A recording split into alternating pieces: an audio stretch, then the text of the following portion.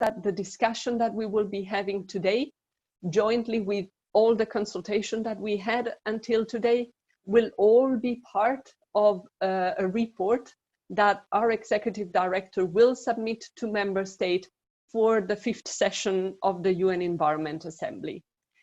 And if I may, I'll just steal few more minutes here in the opening just to share with you some of the elements that we felt coming across from a lot of consultations, and that might be good framing elements for our thinking and our discussion going forward. We've really heard from a lot of discussion and interest on getting deeper reflection on how we can align mining sector and mining activities with the Sustainable Development Goal, and how can mining help us accelerate progress towards the Sustainable Development Goal. Unsurprisingly, we also heard a lot that the pandemic COVID-19 has really affected the commodity market in various ways, and has actually also changed our conversation around the mining sector. It has impacted how we are going ahead in planning our infrastructure. It has itself called for a strengthening of the governance of the mining sector. It has focused also a lot the attention on responsibility across supply chain, how this can be promoting our resilience of supply chain can be promoting, and how can this be happening in parallel with the protection and empowerment of communities in which mining activities are taking place. You will also hear from the feedback that Daniel will share with you that a number of critical issues emerged from the consultation as areas where there is a feeling that governance should be rethought, revisited, and these touch upon mine tailings, touch upon sand extraction, artisanal and small-scale mining, development minerals, power asymmetries around elements of good governance. Therefore, a lot for us to reflect on in the course of today's discussion, and I'm really, really looking forward to hearing your thoughts and your recommendation, as these will really be important to help us all together define the way forward on this agenda that will be tabled for discussion at the 5th session of the UN Environment Assembly. I'm really very much looking forward for the interaction that we will be having today. And Daniel, I'll be handing the floor back to you. Thank you, Lisa. It's fantastic to have you all in the room today. This has been a little bit of a long time coming, because the International Resources Panel had suggested more than a year ago that it might be great to get mineral resource governance initiatives in the same room together. We're trying to start that process now, and it will hopefully grow as we go forward. So let me take to the second agenda item, which is to give you an overview, a little bit more of an overview of the consultations that we've been holding. Elisa has provided you some context for that, and I'll flesh it out a little bit more. The 4th session of the United Nations Environment Assembly was held in why don't you have your yogurt? In 2019. No, what do you want? So I'll just... Yeah, have what you want, darling. Just sort that out, thank you. So it was held in 2019 in March, and it adopted this resolution on mineral resource governance. It requests UNEP to do a number of things. It requests to collect information on sustainable practices, identify knowledge gaps and options for implementation strategies, undertake an overview of existing assessments of different governance initiatives and approaches, and report back to the 5th session of UNEA, which will be held in February of next year. Now, the resolution builds on a number of studies that UNEP had been conducting over the years on this topic. In particular, UNEP Grid Geneva has been doing quite a substantive amount of work on the issue of sand, and has now developed an observatory on sand.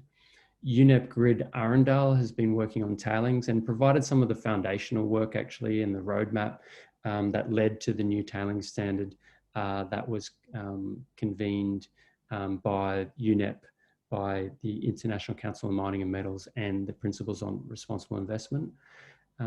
And also the International Resources Panel's work on the broader topic of mineral resource governance. And tonight, or today, for many of you, we'll hear from Antonio Pedro and Elias Ayuk on that, on the work that they've been doing.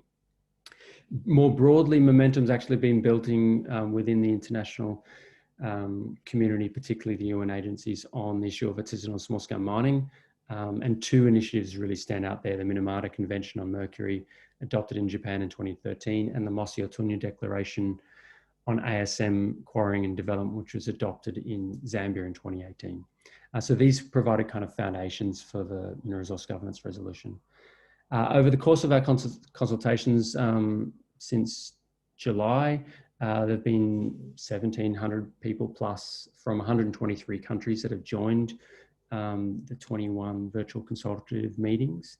And they've been held with UNEP's regional offices. They were held across the regions of Latin America and the Caribbean, Asia and the Pacific, Africa, Europe, Central Asia, North America, and West Asia. The meetings took one of four formats. First, we started with briefings to member state governments. Then we held sub-regional consultations, and the insights generated from the sub-regional consultations were reported to regional consultations, where those insights were further refined and discussed, and then reported to global consultations. And as of last week, we've now completed that process. It's been a really great process, lots of interventions, lots of discussion, and it's been, quite overwhelming, the amount of different ideas that people have shared. We also invited written submissions. We had both a survey format and a format where we received free-form written submissions, and a 6-week submission period. We had 107 written submissions from 61 countries, so quite a lot of material for us to get through. We knew that with the change to COVID and the shorter length of time that we would have for consultations, that we needed to strengthen the depth of what we're doing. So we produced a discussion paper. We developed a lot of collateral material, so different video interventions on different topics. We had a podcast series which discussed tailings and the broader UNEA process, and really tried to accompany the process with some good material. An official report on the implementation of the resolution will be prepared for UNEA in October, and that'll go through the UNEA process. And then in December, we'll have a publicly facing report, which will be more substantive about the whole consultation series and what we've heard. During that consultation process, and the reason for this meeting, we heard a lot of member states and a lot of stakeholders raising issues about the proliferation of mineral resource governance initiatives over the past 2 decades, both a lot of support for that, but also an identified need to consider the initiatives and the ecosystem of initiatives as a whole. And there's a lot, as you know, of different standards out there, standards, certification schemes, initiatives, etc., that are operative across the globe. And member states are really asking for closing some of the gaps, reducing some confusion about which standards apply where, trying to, I guess, navigate what they call the forest of initiatives that are out there. And several suggestions that came forward were around improving independent oversight, strengthening cross-referencing and recognition between standards, broadening the coverage of issues dealt with by individual standards, improving grievance handling and dispute resolution of different mechanisms, monitoring and evaluation, the impact of standards, and then benchmarking against the UN guiding principles on the topic of human rights, or SDGs and so on. So really, there's a lot of knowledge that exists within the initiatives themselves. And so we wanted to convene you to hear from you, your ideas on what you've already been doing, because there's quite a lot already happening in the space to harmonise, to hear your ideas also on where you think the ecosystem as a whole could go in the future and what individual initiatives should be doing. So that's what this meeting is about. and we have invited Pedro and Elias to seed our discussion this morning. But before we do that, we wanted to give an opportunity to all of you to introduce yourselves, to know who's in the room. We've got about 20 participants that are joining us today, so I think it's a manageable number to see who's in the room. So I'd ask you to introduce yourself and the name of the organization or initiative that you're representing. And I'll do that in alphabetical order. So the best way to potentially do that is for everyone to open the participants tab, which is at the bottom of the screen, and you'll see the list of participants there that are joining us. I'm at the top at the moment because my video is on, and then Elizabeth from the World Resource Institute is next. So I'll ask Elizabeth, you to start, and then if each participant could then follow the order and introduce themselves. Please put your video on so that we can see your face, and look forward to meeting all of you. Hi, everybody. My name is Elizabeth Moses, and I'm an environmental rights associate with the World Resources Institute Governance Center. And I'm very interested in looking at this broader issue of mineral governance, especially the sort of changes that are going to be needed in the green energy transition, and the connection between a just transition for climate and the need to really address the increasing demand for certain minerals that are going to be necessary for that transition, as well as how to elevate the social and environmental impacts that are really going to be essential for ensuring that that just transition is not just on paper, but is an actual sort of series of mechanisms that really work to ensure local communities have voice and agency within this larger transitional need. Thanks.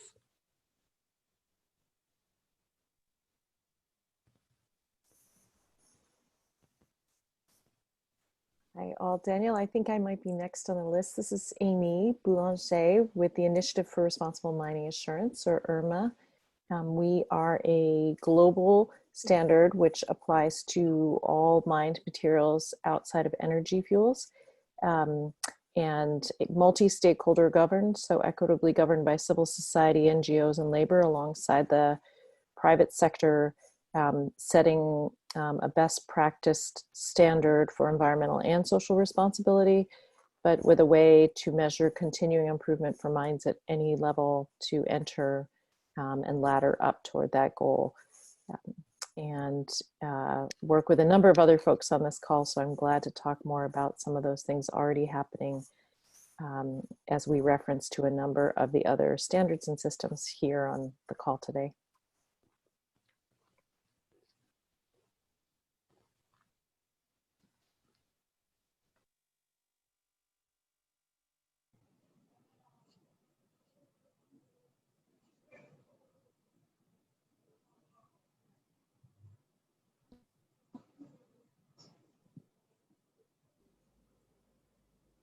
So I think unfortunately, our list is changing sometimes as we speak.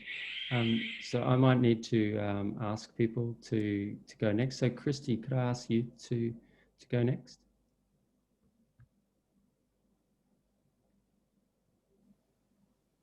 Hi, can you hear me? Yes, please proceed. Yes. Oh, hi, my name is Christy Boduroglu, and I work at the IRP, the Secretariat of the International Resource Panel within UNEP. And I provided the support within the Secretariat for the development of the IRP's report on mineral resource governance. You'll hear more about that from Elias and Pedro soon, Antonio Pedro soon. Thank you. Thanks, Christy. We now have someone who's on an iPhone ETB. I don't know who that is, but please, if you could introduce yourself now.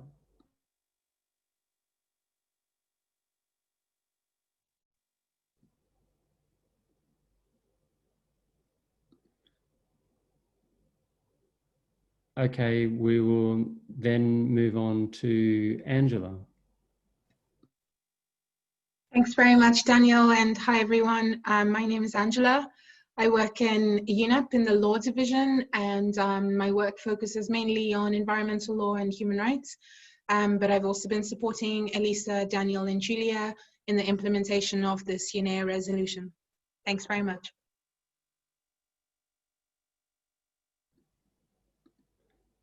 And Pedro. Hello, good afternoon. I'm Antonio Pedro from the United Nations Economic Commission, but I'm here representing the International Resources Panel, one of the authors of the Mineral Resources Governance Report. And I'll be talking to you more about our value proposition on the topic of our discussion today. Thank you.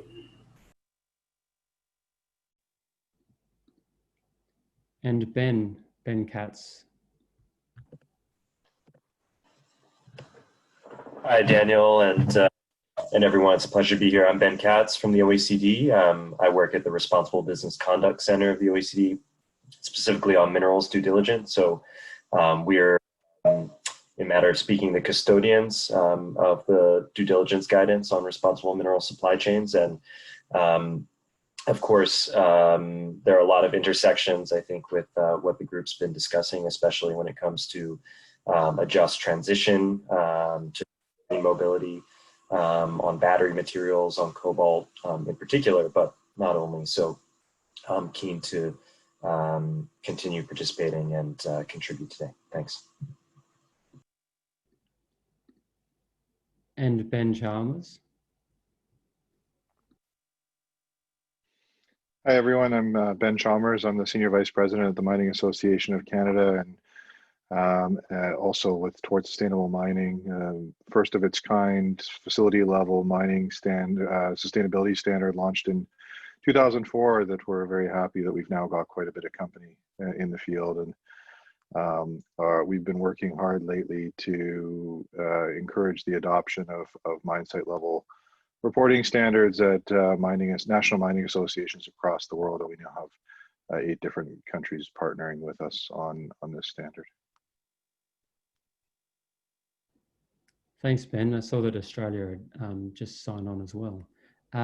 So yes, that's very exciting. Yeah, it is. Elias.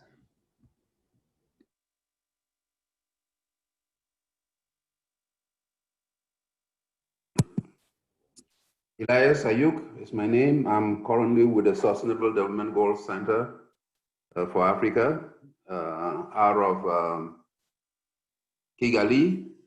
I'm a member of the International Resource Panel and one of the authors of this report.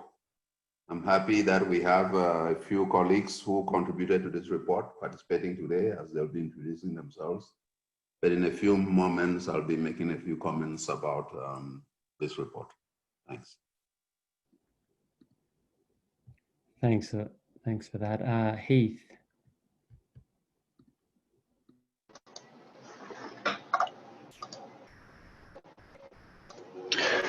Thanks, Daniel. Hopefully the video should start shortly. Heath Gibson with Standard Chartered Bank. I'm an environmental social specialist with a specialty in mining and metals, and also as a Standard Chartered representative, we are the chair of the Equator Principles. Thank you very much and welcome, Jeff Geipel. Hi, I'm Jeff Geipel. I'm with Engineers Without Borders Canada. I run an initiative called Mining Shared Value, which is all about promoting increased local procurement by the mining industry, as well as promoting transparency of that via a reporting mechanism we have. Thanks. Thanks, Jeff. I think it's Julia. Hi, I'm Julia Keenan. I'm a research fellow at the Sustainable Minerals Institute with Daniel. I'm supporting the implementation of this process. Thanks. And Mark Robinson.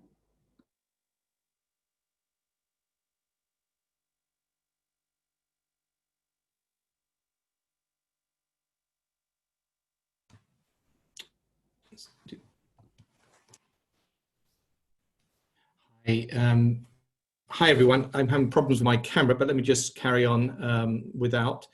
Great to join you all. I'm Mark Robinson, the Executive Director of the EITI Secretariat based in Oslo. For those of you who know us, a global multi-stakeholder initiative that promotes the open, accountable governance of oil, gas and mining. My interest in this conversation is around the how we can contribute to discussion on the implications of the energy transition for sustainable mining, and how we can provide a lens on some of the challenges around corruption through themes such as contract transparency and beneficial ownership transparency, and with our relatively newer focus on environmental and gender considerations as we approach that set of issues. Thanks very much. Thanks, Mark, and thanks for joining. I think we're up to Paul Bateman. Oh, we've got your camera. There you go. Finally, hi. Hi. Paul. Hey, Daniel. Hello, everyone. I'm Paul Bateman. I'm the Chief Executive of the International Cyanide Management Institute, which administers a program of best practice for the gold and silver mining sectors on the management of cyanide worldwide. The hallmark of the program is the use of independent third-party auditors conducting these evaluations on a triennial basis. We're based in Washington, D.C., and we represent about 60% of the world's global gold production by industrial mines. Thank you. Thanks, Paul. I think we're now up to Rowan. Hi everyone, nice to see you here today. My name is Rowan Secret. I am Head of Standards and Assurance at Better Coal. Just to introduce a bit what we do, so we're a global standards initiative established around 6-7 years ago now, established by major coal buyers striving to promote continuous improvement of sustainability performance in their coal supply chain. So yeah, we 100% focus on coal. We have around 16 members, around 18 suppliers across a number of different coal producing countries, including Russia, Colombia, Indonesia, South Africa, and the US. So yeah, thanks for joining today. Great, thank you. I think we're now up to Salim. Yeah, Salim.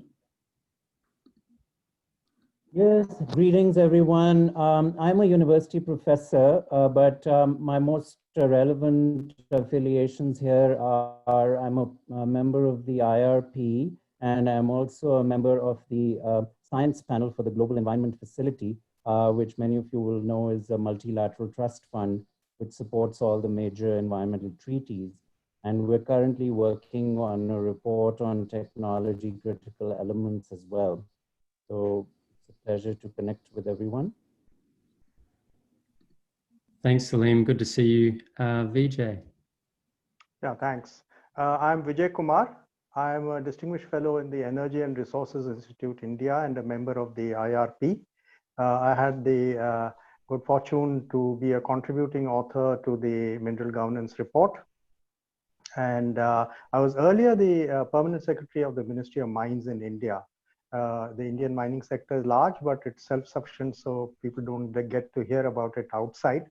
But a lot of the insights that I was able to give into the report came from my experience in India itself. Thank you. Thank you, Vijay. I think we're up to, last but not least, Yves. Thank you, Daniel, and hi everyone. Oh, sorry, my camera. Yes, here you go.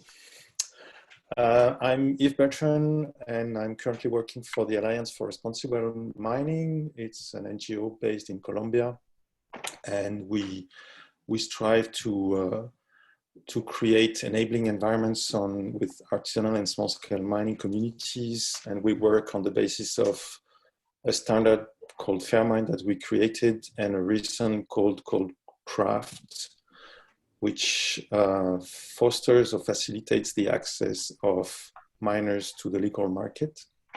And we're happy to be part of this conversation and to exchange with other initiatives on this governance issue. Thank you. Thank you, Eve. So now I don't know if I missed any. There was one or two that are kind of connected by phone. So if I've missed you, please take your opportunity now.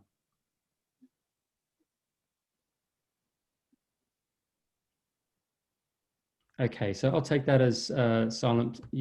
If you'd like to introduce yourself later, I think that'd be fantastic.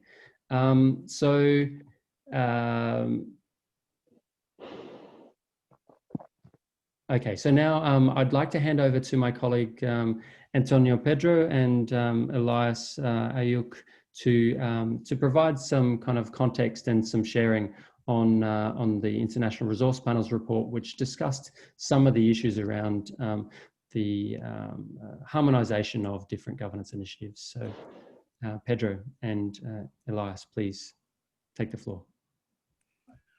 So I will start and Pedro will take over.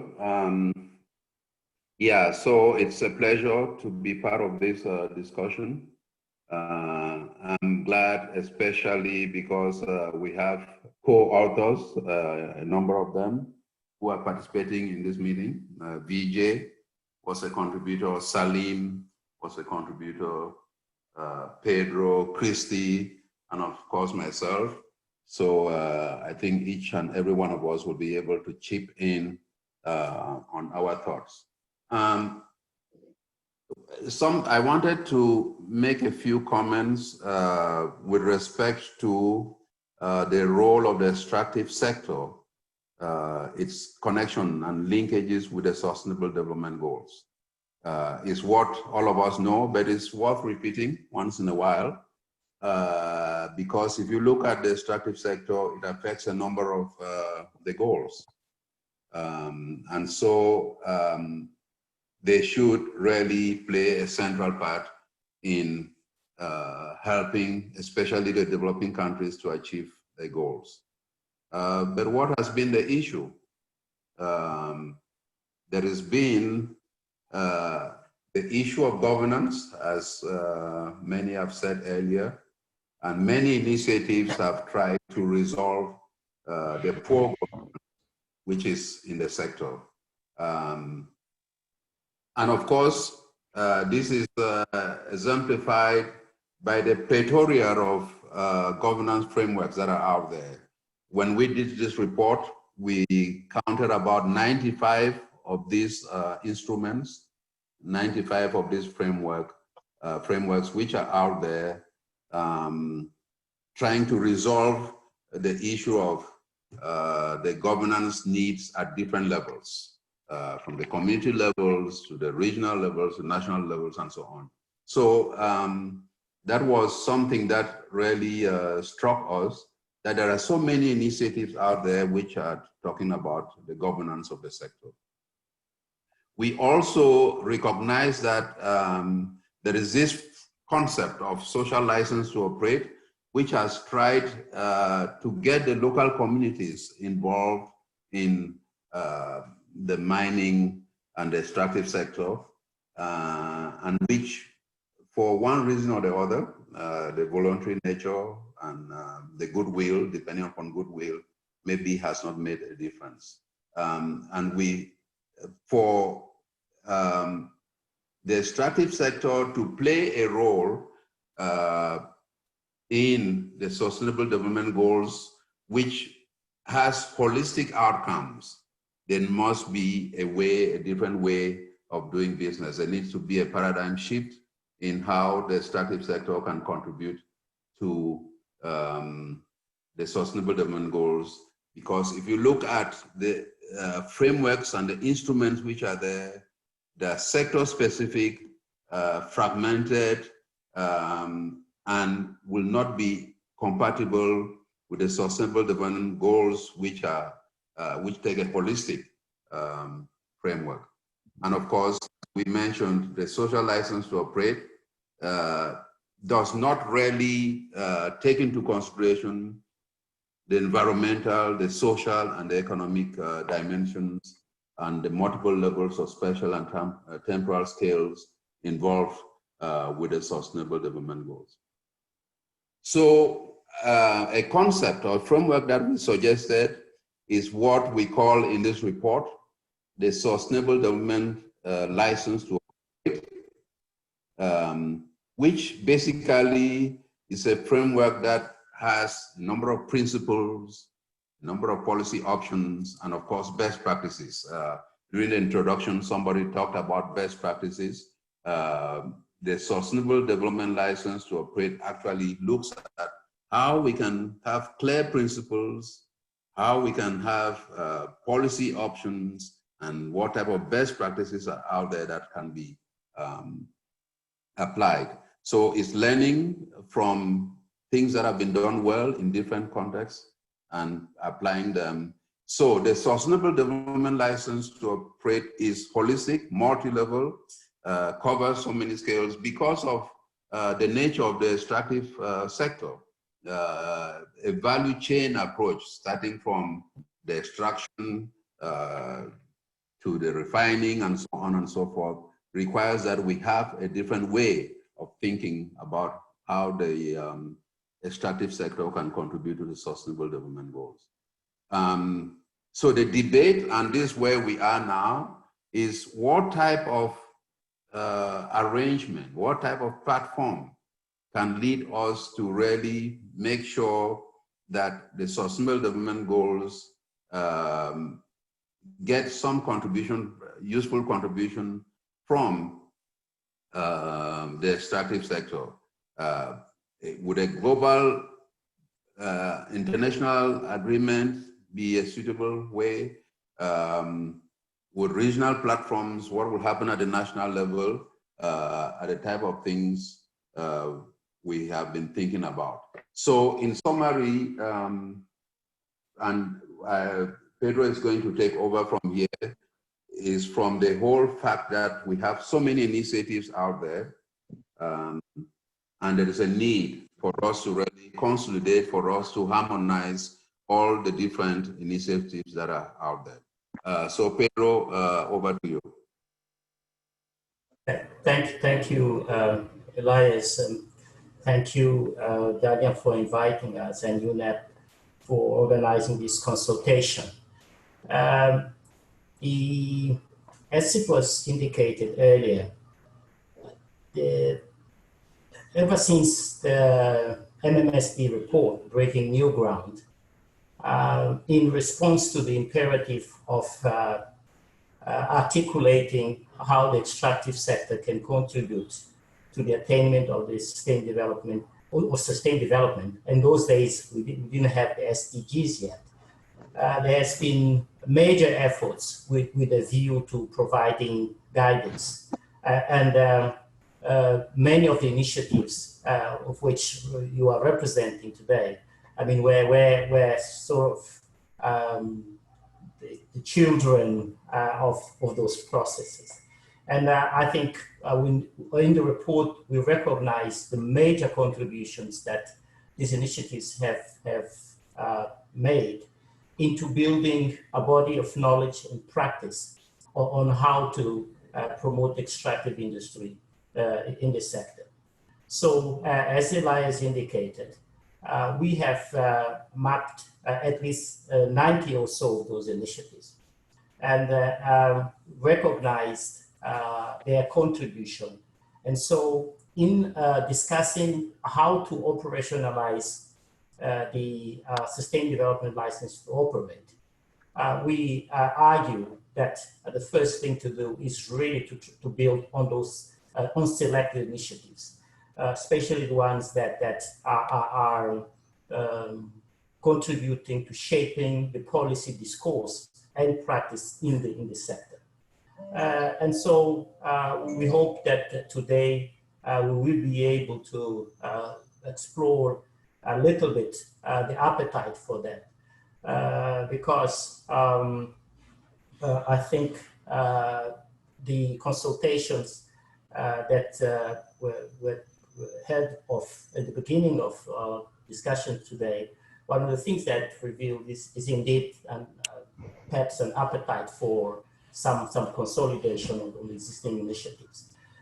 So very happy to recognize the presence of the the Equator Principles, I mean, that Standard Chartered Bank is the chair, because indeed this is one of those initiatives that we have recognized as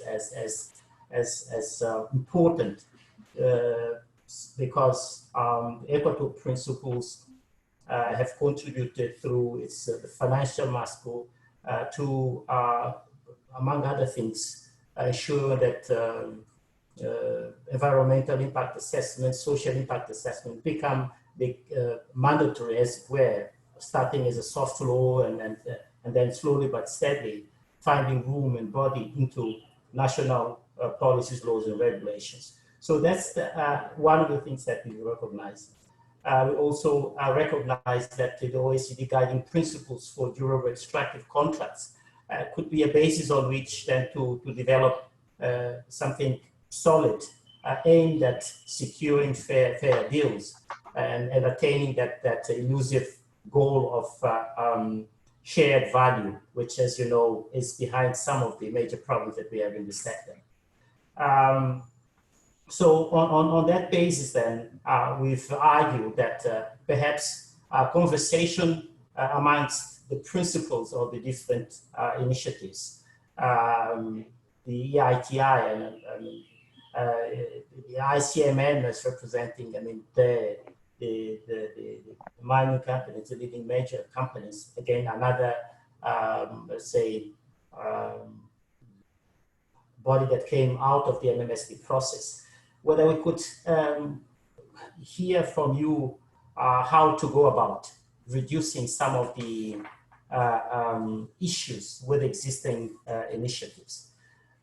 In our mapping, we've seen that the initiatives could be grouped in different configurations, from the scope that they're trying to address to in some cases, the regional focus. Also, in terms of who is the lead stakeholders, there are some initiatives that are led by the CSO movement. There are others where the industry plays an important role. I'm very happy to see Paul here, together members of the Global Review team for the tailings review, Global Tailings Review team. Then there is a group of initiatives that are multi-stakeholders. Some are led by governments. The Dodd-Frank Act, for that matter, could be listed as part of that group. In Africa, I mean, the African Mining Vision is regional, and so on and so forth, and then we have international initiatives. So we've also tried to in reviewing their coverage, we tried to examine which particular areas of focus they sort of addressed, and we've recognized that the majority of them, 40% of the existing initiatives, are focused on responsible sourcing. Whilst only 2%, according to our own mapping, looks at stakeholder engagement. And yet, if one wants to get better outcomes in the sector, perhaps improving the quality of some of this stakeholder engagement is a must, a prerequisite, and so on and so forth. So this information is available in the report. Then we also observed that many initiatives are very, very sector specific, a point that Elias made reference to earlier, with, for example, 2% of the initiatives focusing on oil and gas, while 26% covers the minerals, so minerals in general. 17% are one single mineral focused, and so on and so forth. Then in reviewing their coverage, spatial coverage, we've noted that 89% of the initiatives are global in nature, while 11% are regional. And the Great Lakes region concentrates quite a lot of regions. And this does not come as a surprise, because you'd recall in my point earlier that a lot of initiatives are focused on the security of supply issues. So then we are arguing that perhaps there is an opportunity here. And by the way, of course, our mapping is not exhaustive. There is quite a lot of more work that needs to be done there, with a view to developing a much more robust typology of instruments, with a view to facilitating the process that we think everyone would gain from. And this is a process for an upward and organic consolidation of the existing initiatives, including cross-stakeholder coordination on goals, standards, and metrics.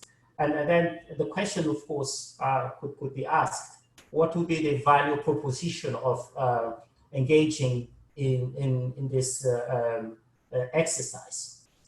We believe that through this greater collaboration and coordination, one could address some of the systemic issues that are behind perhaps the fact that notwithstanding all the good intentions that have informed the existence of these initiatives, in some cases, we haven't seen real change. So perhaps if all the principles of these major initiatives will come together into, for example, I've seen already during the introduction, there's quite a lot of interest in energy transitions, and the entire topic of transitions is of interest of the IRP. I think, having all of the principles, spending time into looking at the interface between these transitions, the quest for shared value, the just transition, the North and the South, perhaps would provide an opportunity to really addressing this issue. So without necessarily going into developing a complex theory of change, but at least just spending some time into discussing those structural issues. We also believe that this coordination amongst you would help develop new sets of regulations that are in tune with the needs of the new world, as it were. If we can build on the COVID-19 narrative, the Building Back Better, what does that mean in terms of new instruments? So we believe that greater effort to find synergies between these voluntary instruments and the existing body of regulatory and mandatory instruments, or conversations with governments there, could contribute to the design and piloting of smart regulation for the future. Then also linking an initiative to other well-known initiatives would strengthen the buy-in, because one of the problems with some initiatives is indeed the buy-in. And this could confer greater legitimacy, and why not improve the branding of some of those schemes. We also believe on a co-creation of new strands of practice knowledge. So we believe that this ecosystem of collaboration could contribute to that. And one point that was raised that in some of the initiatives, the focus is to a certain extent limited, and does cover perhaps one very narrow part of the entire value chain. So even if you were to continue as a single focus initiative, this conversation with other let's say, peers would improve the understanding on how your particular initiative would contribute to the greater good. So that value chain perspective is something that we are positing here as a value that we could derive from your meetings, your discussions, your collaboration. And then, of course, we need a core set of cross-cutting standards that could contribute to curbing initiative fatigue and the proliferation of standards. I mean, the very first thing that we started with, the 90 or so standards and initiatives that we have there. So can we sort of catalyze a process with a view to reducing that number of initiatives, which then would contribute to more compliance, we will reduce administrative burden, and in some cases would reduce even the potential for a race to the lowest common denominator, because companies and governments and everyone that is involved in trying to reach some level of compliance with all of these initiatives would try to do the least possible, because in any case they don't have the resources and the time to be compliant with everything else. So more consolidation would perhaps contribute to a greater achievement of those strategic goals of change and so on and so forth. And then the last point is about the power of having some common metrics that would contribute to boosting interoperability among some of these instruments. So this is what we are offering today as an introduction to our discussions. More is available in our report, and we are very, very pleased that you are here today, and this is the value proposition that we are offering. Over to you, Daniel. Thank you very much for the opportunity. Thank you very much, Pedro. And I think it's over to all of us now to contribute to this discussion. The floor is now open. I've just posted the question that kind of is providing some guidance to our session in the chat box. We have about an hour to discuss. I'll ask if you would like to make an intervention, please put your video on and I can then call you to the floor. Or note in the chat box and I can call you as well. But what I might do is start with you, Amy, and that's because you posted in the chat box a short intervention just now. And one of the things that I think it's important to acknowledge is there has been and is quite a bit of interaction between the initiatives that has happened to date. Maybe if you could start by sharing with us some of that interaction and what's been done. Well, thank you, Daniel, and thanks for others on here. And thanks to points that Pedro just made that were similar to this. So, I mean, that's one thing I wanted to say is that, we do hear frequently exactly the thesis statement that you all are coming with. Why are there so many initiatives? Can't they integrate or merge more? I mean, first of all, I want to say, yes, I do think we can do more and we should do more. And we're hearing this so frequently. And it's not just from one stakeholder group. We do hear the mining industry saying, well, which of these standards are we supposed to align to for credibility? We say purchasers and investors saying, which ones do we use for measures of credibility, and civil society saying we can't watchdog all of these. So I completely agree on the value. That said, I think there are reasons why some pieces exist separately. And I think we have to be very careful too, that even as we push to improve the way they integrate and work together, we don't drive a race to the bottom instead of the top. I think some of the race to the bottom is why there's some of your case statement here that despite the proliferation, there may not be much change. So I think if we want to see that change, we need to be thoughtful in this. But so one point I wanted to make is that there is some work already going on. So for example, in IRMA's standard, which is 26 chapters covering environmental and social responsibility at mining, we directly reference to a number of the other initiatives that are on this line: EITI, OECD due diligence, the International Cyanide Code, just to name three. There are others of you on the line. And I don't wish that any of those other three entities or the work they do go away. We were able to reference to them, and it made our work in the IRMA standard knitting things together easier because there was a marker to draw from. To have EITI looking deeply at the issue of transparency, or the Cyanide Management Institute going deep on cyanide, meant that they could be the experts in those spaces, and we didn't need to be. We could draw on that important work and count on them to keep at the fore of that. And so that referencing there, we couldn't do it without them there, and yet we're also, them alone wasn't going to be enough because we're looking for a comprehensive measure of environmental and social responsibility. To me, that's an ideal way that, that different pieces can continue to coexist. There are also the valuable coexistence of the fact we need different strategies if what we're talking about is artisanal scale mining versus large scale mining. IRMA's work is on the large scale, industrial scale, mechanized mining, and trying to change practices there.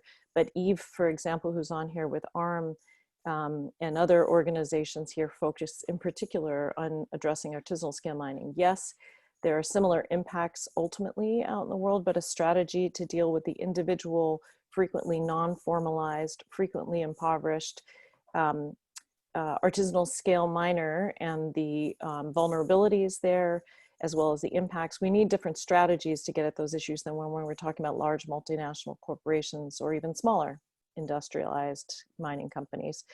And again, those of us, that's why IRMA has a chapter on artisanal scale mining in it. It's about what can the large scale mine do to interact with and reduce conflict and violence at the interface with ASM, but I don't want ARM to go away.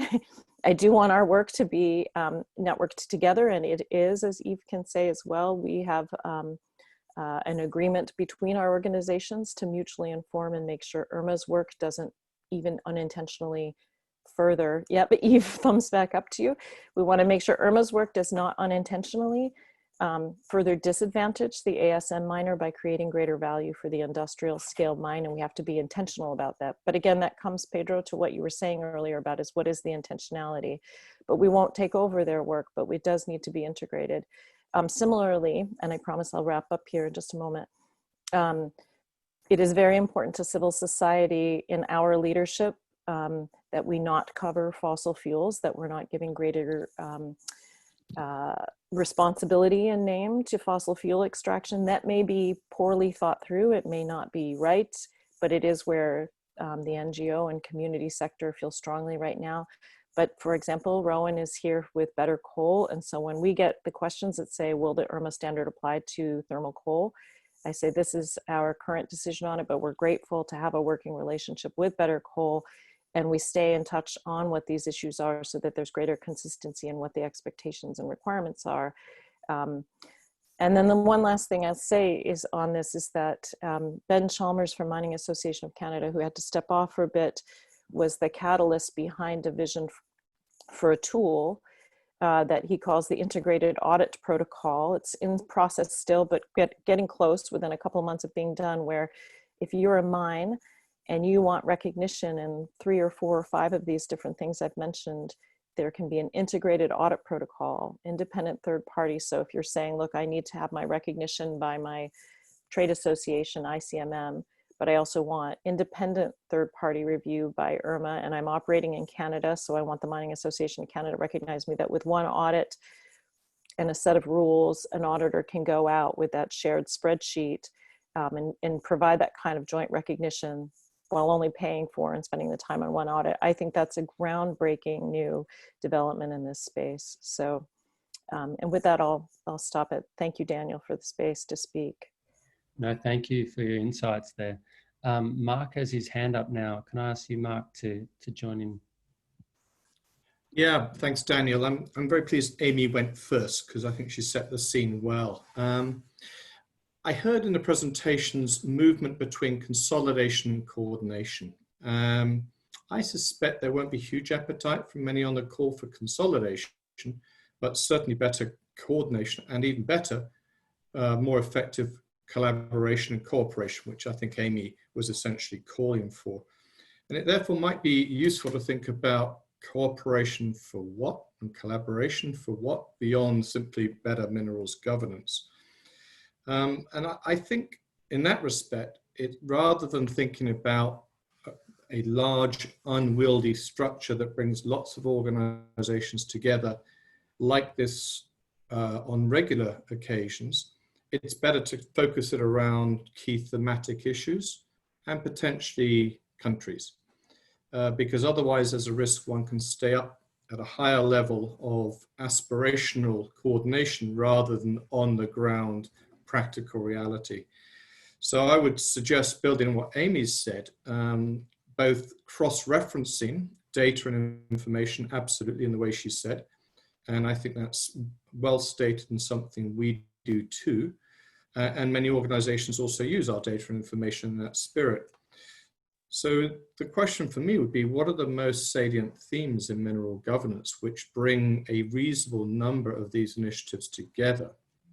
And we've heard some of those priorities in the introductions, and some work could go on to identify priorities in minerals governance around which more meaningful subgroups could collaborate. And then again, to think either about countries or regions. I don't think it'd be sensible to go down through the route of individual metals necessarily, but there may be some merit in thinking about that. So my plea would be, don't overemphasize essentially consolidation, even if there may be some scope at the margins. Think about more smarter cooperation around distinct themes, cutting edge themes on minerals governance, around which many organizations on the call would be interested to progress. And of course, one of the themes that we hear repeatedly coming up here is around the energy transition, and therefore focusing attention on the different governance dimensions of the transition, I suspect would be one which would bring a lot of organizations together and would have quite wide appeal within a number of countries who have strategic minerals contributing to that transition. That's not the only one. There are several others, but I think, to my mind, to make this useful and to build on what we're doing today, to go down that route to find common issues around country priorities which contribute to a forward-looking mineral governance agenda is the right way to go. Thanks very much. Excellent, thank you, Mark. Who would like to take the floor? We can use, if you see in the participants function, there's a ... that ... button. You can raise your hand there, I think. So you're most welcome to do that. Or please just put your video on, or make a comment in the chat box that you'd like to intervene.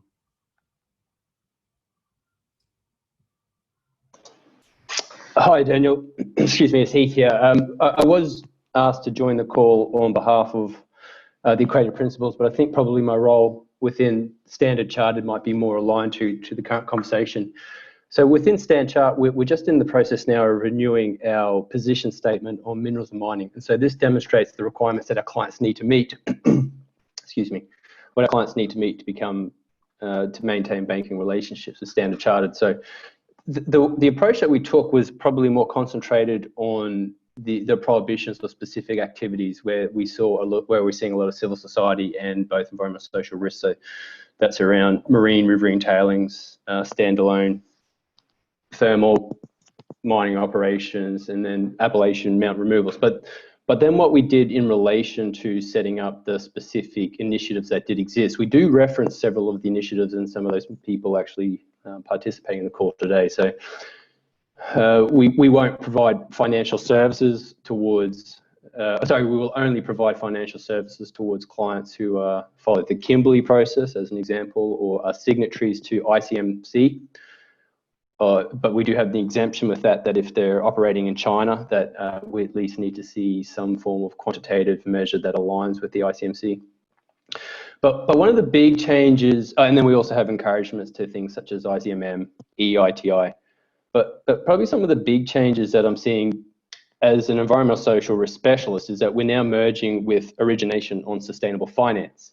And so sustainable finance is trying to streamline this a lot further. And some of the changes that we're seeing is we have made an announcement on our website that we're a member of the London Bullion Market Association, and that any of the bullion that we source will only occur in accordance with the LBMA's Global Precious Metal Code and also the EU regulation.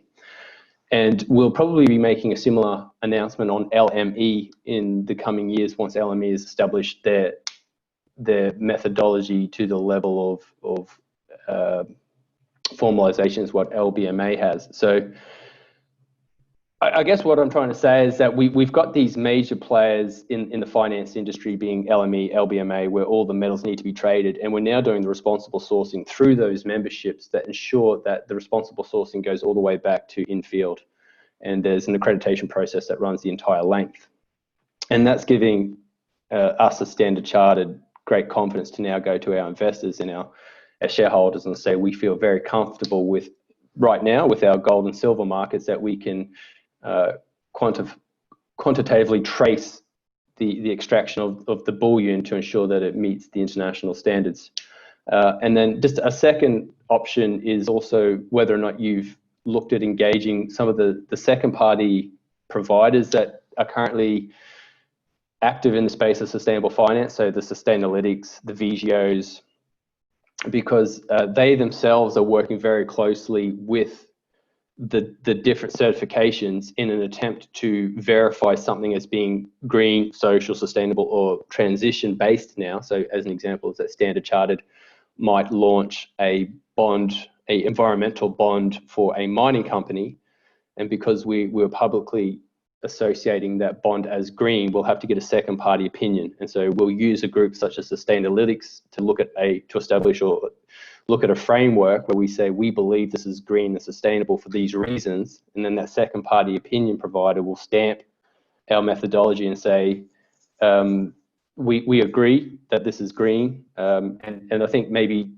as a part of the consolidation or the collaboration process, whichever you decide to choose, is maybe that some of those second party providers could have some good insight to assist you in the way to move forward with the different certifications. Thank you, Heath. Rowan, would you like to take the floor next? Hi there. Yeah, I just wanted to add a bit to what Amy was saying around sort of the collaboration aspect. I think for Better Coal, because we are in this situation where a lot of other standards don't sort of touch coal or don't deal with that, we don't have so much sort of duplication for us, but we have made a lot of efforts where possible, and we do continually reach out to the other sort of voluntary standards, ICMM, Responsible Steel. We have actually set up sort of MOUs with a lot of these other kind of similar standards, really to try and ensure that we are doing sort of fairly regular mapping. So we look at the Better Coal Code, and we sort of map that against, you know, how other standards are also assessing environmental, social, and human rights performance. So I think that's one thing, is that we're always seeking to sort of align our language. Also, we don't claim that, you know, all aspects of the code itself are sort of, you know, the right reference point. So I think sometimes, like with the tailings management standard work, you know, that's a huge piece of work which is bringing a lot of, you know, detailed specialist knowledge there. So we obviously refer to that in our standards. And I think in other areas of work as well, we obviously have our high level code, but at the moment we're going through and developing a very detailed guidance document for suppliers. And again, this references a lot of these other initiatives and standards which exist. So I guess I just wanted to add a bit on that. I think we are very, you know, proactive to try and work as much as possible in collaboration. I agree with the point earlier about not necessarily consolidating as such, use the sort of value of these initiatives, but trying to work, you know, more closely together. And I think language using the same framework, you know, talking a bit earlier about the SDGs, you know, we have done a piece of mapping work recently, mapping our standard to the SDGs. And this also, I think, is very helpful, because I think the more that we can sort of speak the same language and work and assess within the same framework, you know, the more we're going to go in the right strategic direction together. So I just speaking next. few points on that. Thank you, Rowan. I'm now going to call on Elizabeth, and then I'll call on you, Vijay. Thank you, everybody. I just wanted to also recognize the challenges around implementation, compliance, and enforcement of all these different standards and initiatives, and the opportunity that really this consolidation and coordination process provides for really unpacking and addressing a lot of the drivers for that poor implementation. Especially when you consider the huge body of work around poor implementation of environmental and social impact assessments. I think that it would be a real wasted opportunity to not really begin to address some of the political economy and institutional capacity challenges that would be very much present with any new initiative, so that I'd like to make sure that we take the time and the opportunity to really recognize the lack of reality of how these initiatives are playing out on the ground and the systematic mechanisms that are really needed that institutionalize and elevate the data collection and the experience of local communities, so that as we move forward, that information has a pathway for trickling up to the international and national level dialogues that are happening around this issue. And the urgency really that process is required given the green energy transition and the significant demand in a number of key minerals that is going to result in more mining, and therefore the opportunity for more environmental, social impacts and human rights violations associated with the sector. Thanks. Thanks, Elizabeth. Vijay, please. Yeah, thanks, Daniel. Actually, I would like to bring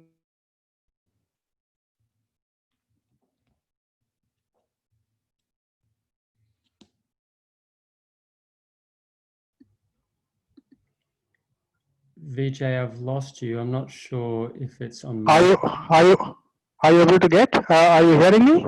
I do. Hello? Vijay, could you turn off your video and just go with audio? I think that would be better for the bandwidth. Okay. Are you able to hear me now? Yes, I Am can. Okay. I wanted to actually bring the attention of all of us to one aspect of the report, which was much discussed during the drafting of the report itself, and all the working group members discussed this in depth. And that is, the transition from the current social license to operate to the new, what is called the Sustainable Development License to operate. And one of the key issues that I think that need to be flagged is that while social license to operate does put a lot of onus on the mining company to adhere to a certain code of conduct in terms of environmental, social, and related issues, the Sustainable Development License to operate actually places an almost equal onus on the host governments. And one of the concerns is that in many regions of the world, that kind of capacity in the host government is not well developed. Whether it is the ability to regulate the sector, whether it is the ability to bring local communities in a participative manner, whether it is to engage with local communities during the mining and post-mining process, and whether it is to ensure that the local development planning actually takes advantage of the mining opportunity to realize some of its aspirations. So one aspect which I think we do need to look at is what needs to be really done to improve the capacity at the other end, which is the government. Otherwise, we can, as we have done, keep coming up with frameworks But unless that buy-in is there, which is what I think Pedro mentioned, that buy-in will only come when the capacity and the knowledge to do that buy-in is there. So I think this is something that could be looked at. Thank you, Vijay. And it's certainly something we've been hearing through the consultation process that we've been running with UNEA. So most of our interlocutors into government through this process have been environment ministries, and they're really calling out for capacity building and knowledge sharing. And I guess that's to note that mining ministries have probably had a greater amount of experience doing that across the world through initiatives like the Intergovernmental Forum on Mining, Minerals and Sustainable Development. So that's certainly something that's a second track or another track that's running through this UNEA process. Jeff, please take the floor. Yeah, I mean, I think it kind of dovetails with Elizabeth's point. I mean, to me, the capacity issue is sort of the elephant in the room here, that you can have all the best initiatives in the world, but if the governments don't have the capacity to regulate, that's one problem, but also the individual initiatives don't necessarily have the capacity. So if you look at, let's just say an example like transparency, if you want to make the mining world a lot more transparent and everything from revenue transparency to everything else, Canada, of course, has about 40% of the world's mining companies, but Publish What You Pay Canada has essentially no funding.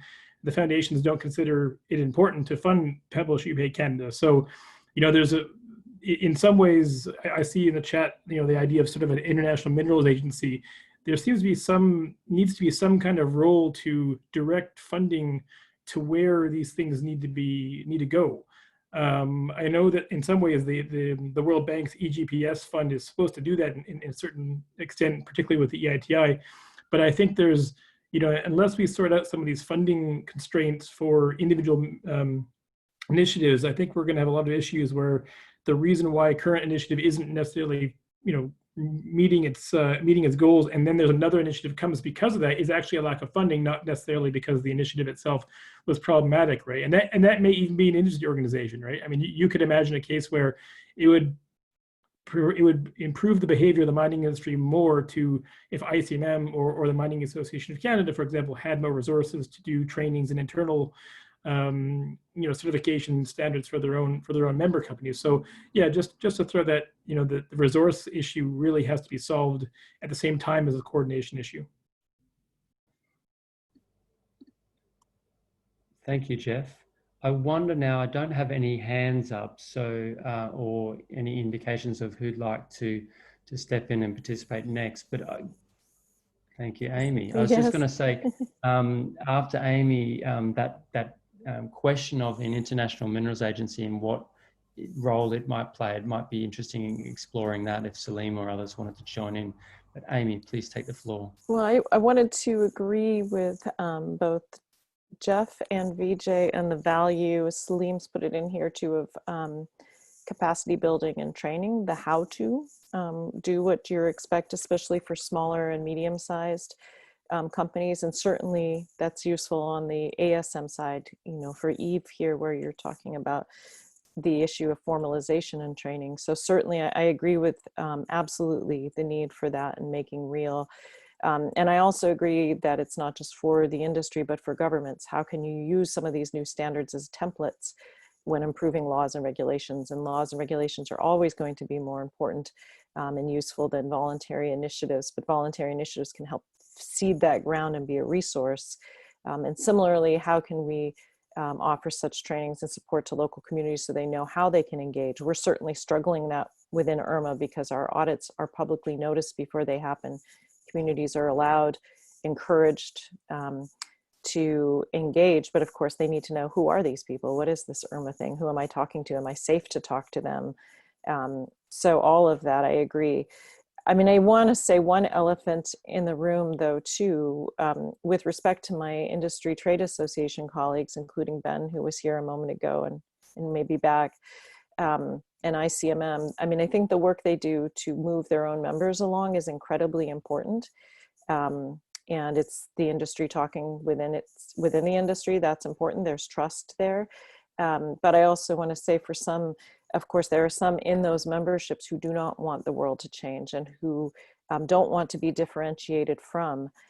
So I think there is that dynamic, and that's why you'll also not see integration in all of them. Not all of them want to interact with a multi-stakeholder, equitably governed system. I do think the world is going that way. I think transparency has come to other sectors, and it's later to mining. And it doesn't have to be just confrontational and negative. It can be capacity building and support, as many of you are saying. But I think we can't dismiss the fact that there are some who really hope to not invest some greater percentage of profit into environmental and social responsibility and would rather put a smaller amount into public relations. Thank you, Amy. Salim has his hand up now. I'll invite Salim, and then Eve, I'll call on you. Yes, thanks, Daniel. So with regard to the, how to sort of implement these conversations, which have been ongoing for many years, I think it's important to keep in mind that there are two motivating factors for mineral governance arrangements. One is improving the performance of the sector in terms of impact, which is what we're largely talking about now. However, there is also another very important imperative, which is the supply security, and to assure that supply in ways which are both economically and ecologically efficient. And since I spend most of my days in the US currently, in the US, there has been an effort to establish the Energy Resources Governance Initiative, for example, which is to assure mineral supply for the US manufacturing industry largely, and to do it from places which are friendly diplomatically to the US. Now, that's another whole arena which we need to engage with. So if there was an International Minerals Agency, I think it needs to look at both these facets. I have also suggested previously that we could start off with an inter-treaty protocol which looks at some existing international environmental agreements, as well as the World Trade Organization, which is probably among the more hard law agreements at the international level. Most of the other agreements, as you know, the environmental agreements are really fluff, sad to say. I've spent much of my career studying them. But you have even noble countries like Canada, which can withdraw from the International Treaty on Desertification with impunity, and no one can do anything. Of course, the US has done the same with climate change and so on. So I think we also need to consider some of the ways in which the soft law and the hard law can get traction. And I think an inter-treaty protocol may be a good way forward in that regard. Thank you, Salim. That was some thought-provoking stuff in terms of how to integrate both of those supply security and sustainable development impact agendas. Eve, could I now invite you to take the floor?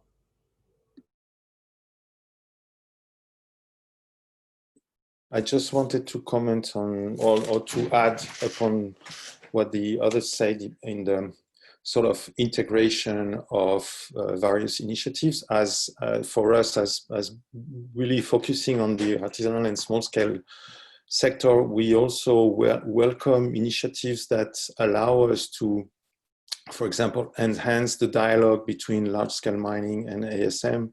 We think this is really the way forward, and multiplying initiatives of such type increases the chances to perform better, basically. And I think they are very complementary, and I see it really as a sort of ecosystem when one to each other leaves the space to open new ways when these standards implement on the ground. And if we talk with community welfare and small scale mining can be a potential opportunity, then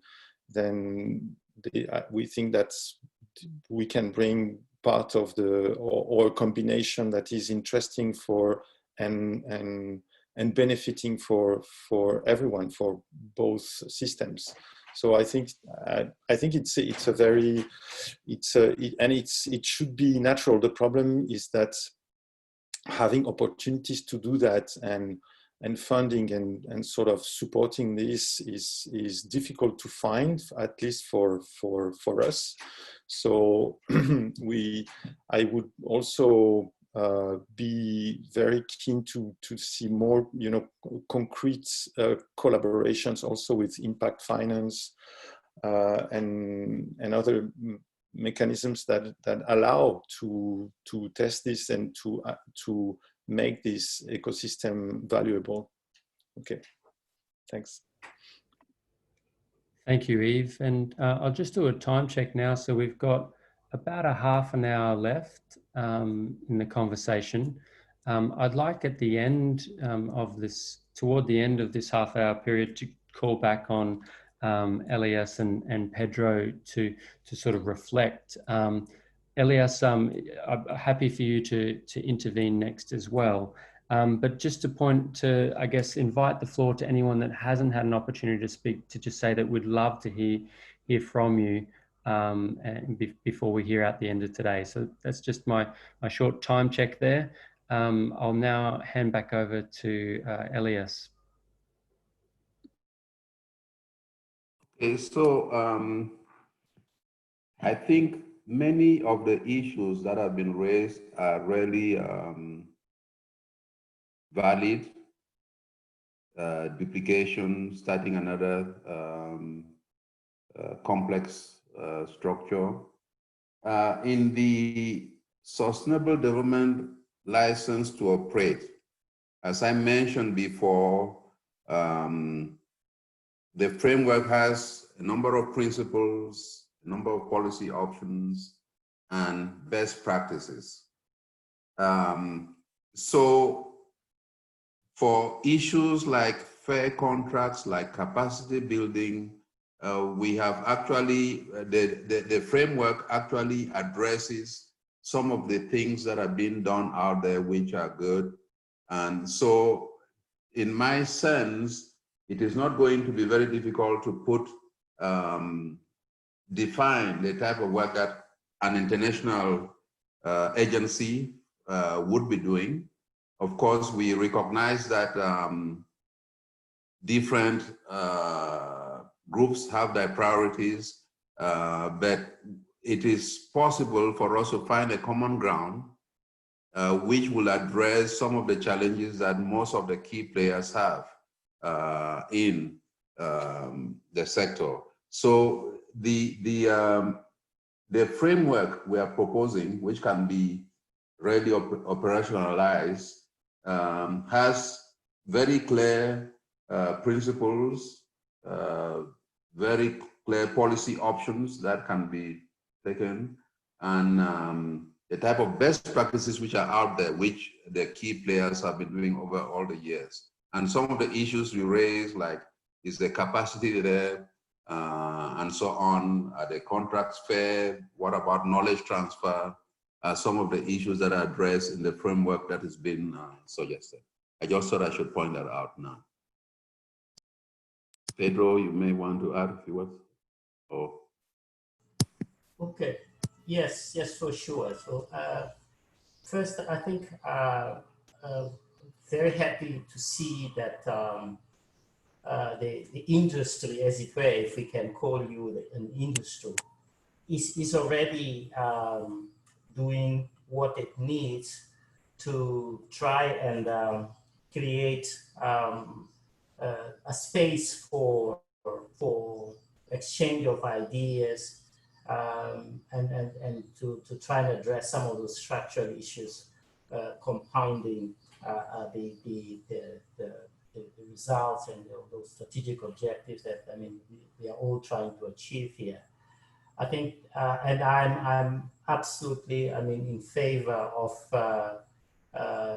small or smart collaboration and coordination, certainly. But the question now, could this be done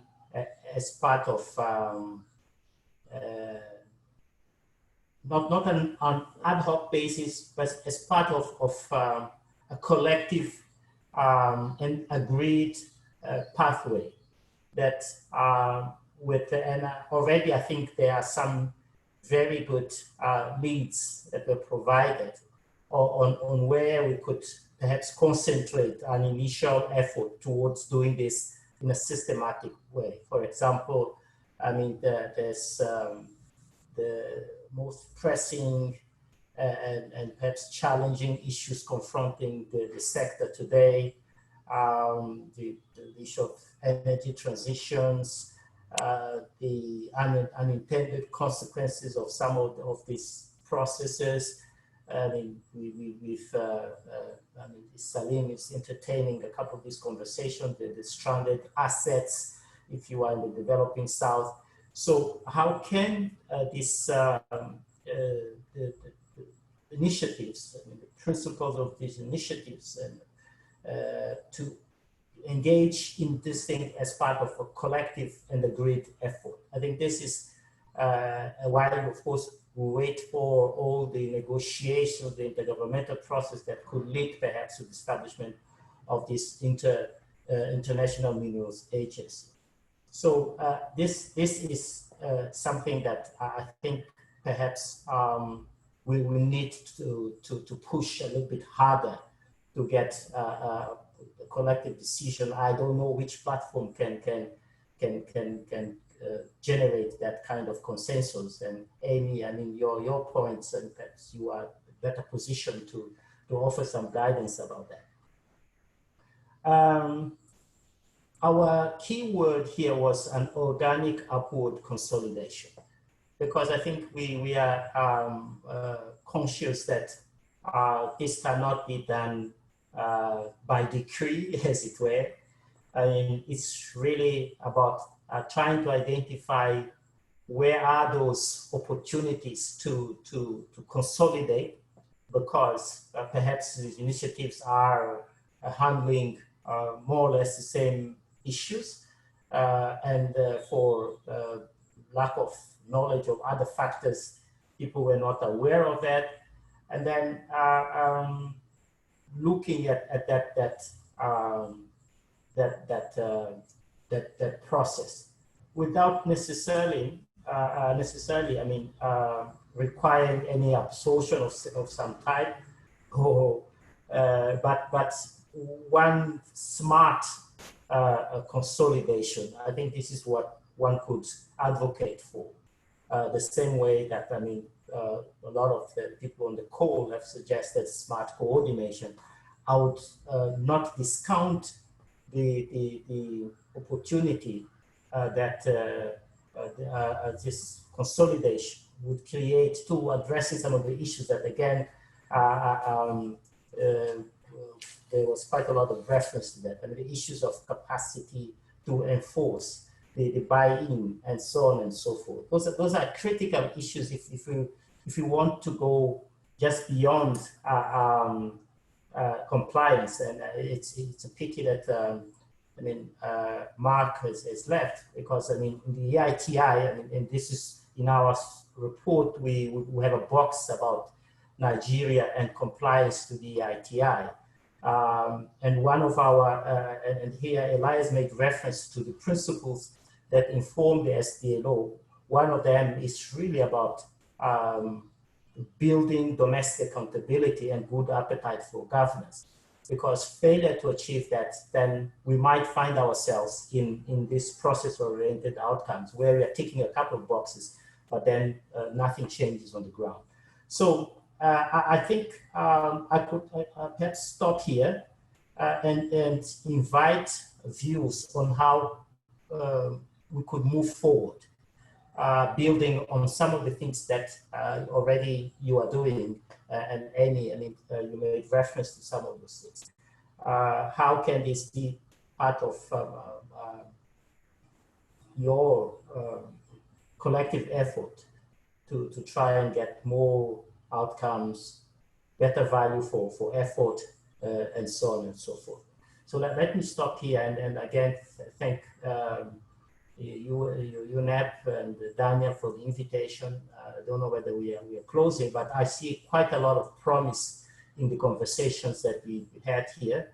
If this could be amplified to get more people on board, I think the quality of our conversation today, I think, merits some continuation with some much clearer, perhaps, objectives. Today was brainstorming, as it were. So thank you very much. Over to you.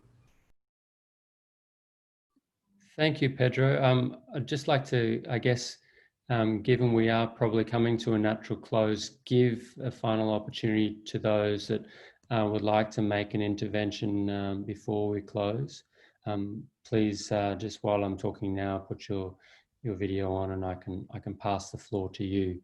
But I'd just like to, while we're waiting for any colleagues who wanted to do that, echo Pedro's remarks there, that I think that the quality of today's conversation and the potential for us to develop these ideas further would merit us seeing if we can find other opportunities to come together and to discuss in the near future, whether that is by growing this group or whether it is hopefully down the track getting to a point where we can meet in person at some point in the future.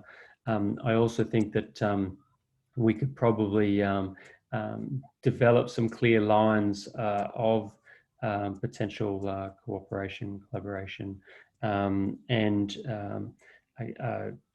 grow a kind of an agenda that builds on what Amy was talking about, were the areas that initiatives have already been working together on, you know, from the cross-referencing through to the potential supporting each other by encouraging spaces for those initiatives to be referred. I'm not seeing anyone put their final hand up here at the moment. So let me sum up some of the things that I heard today, and then I'll hand over to the floor to Elisa Tonda from UNEP to provide some closing remarks. I was kind of taken by this idea that we are looking to do quite a number of different things, from collaborating, cooperating, and this issue that receives a little bit of pushback around consolidation, but I thought that Pedro answered well at the end around what he called an organic upward consolidation. So something that by providing some direction between us as an ecosystem, over time, you would see a natural moving forward together, and which would mean that perhaps some initiatives would reform or change or drop off or whatever it might be. I saw that there was a pretty interesting suggestion, or not suggestion, it's actual action that Amy referred to, that Mining Association of Canada is leading on, and that integrated audit protocol. I think that's an idea of great merit, and we would love to hear more about that. That particular initiative, because it's something that potentially could be supported through this UNAD process. There's also some more sophisticated, perhaps longer term, but equally important initiatives that can happen between member states as we kind of move forward over time around what Salim mentioned as an inter-treaty protocol, and also an international minerals agency. These are big ticket items. We should have our eyes on those prizes and think, well, what are the steps between where we are now and where those items, or where we need to be to implement such initiatives, and where member states need to be taken along that process. So what are the things that will build toward that, and how do we get member states to buy into that agenda? You know, what are the clear arguments for the need for those initiatives? It was interesting that Heath mentioned that a number of the metal trading markets are now getting to a maturity where financiers are seeing that their systems of governance have merit and can guarantee supply chains all the way back to the sources of those minerals. I thought there was also some really good discussion around how do we sort of build through the UNEA process as well. So we basically, what we'll do now is take on board the comments and ideas that you've put forward today, and integrate those into our report, into UNEA. But I think also try to have this conversation front of mind in discussions with member states, because it's really the member states that will drive this agenda going forward, and we can just capture the ideas that are out there. So I will now hand over the floor to Elisa to present some final closing remarks for the session. Thank you very much, Daniel, for wrapping up so well and so succinctly what has been a very, very intense session, which I really enjoyed a lot. And thank to all of you who have really been contributing your work, your experience, your research, and also your willingness to continue this discussion and this dialogue going forward.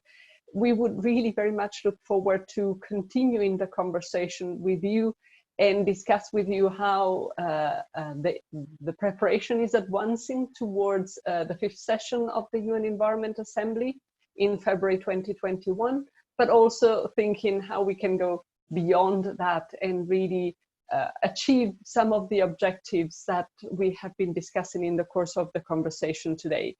I just want to make sure I remind everybody that whatever is being produced in the context of the implementation of the resolution and the consultations that we're having is actually hosted on a website, which is the website of the Green Growth Knowledge Partnership. And the website reads greengrowthknowledge.org. So there you will find information of what emerged specifically from the different regions and sub-regions, and get a sense of what really we have heard firsthand from countries. And thank you, Julia, for putting all the links already in the chat, Angela as well, to make sure everybody can easily access that source of information. I know many of you have already provided some written feedback and written contribution in the context of the process that was described by Daniel. If you feel you would want to provide an additional contribution also on the basis of what we have been discussing today, please do not hesitate to reach out to us with your input, ideally by the end of this month. Going forward, as Daniel was mentioning, we will be working on a report that will share the finding of the process and present it to member states to inform their discussion at the 5th session of the UN Environment Assembly. There will actually be a couple of reports. One is a slightly more succinct one, which will really be focusing a lot on the process we've been undertaking and some of the key messages that we have heard. And we will have to consolidate internally from our side this report by mid-October. But we do intend to have what we call an information document, a much more detailed document that will cover everything that we have heard in detail and in depth from the consultation, and that document will need to be ready by the beginning of December. So we will definitely look forward to hearing further suggestion by then, so that we can still digest them and incorporate in the report itself. And just let me close by thanking really again all of you for the time you have dedicated today to the conversation with us, and wish you a good continuation of the day. Again, thank you very much. Thank you. Bye-bye. Thank you, Lisa. Thank you, everyone. And hopefully we'll join each other again at a later date. Thanks for your participation. Thanks, everyone. Thanks, everybody. Thank you. Bye. Thank you. Bye. Bye.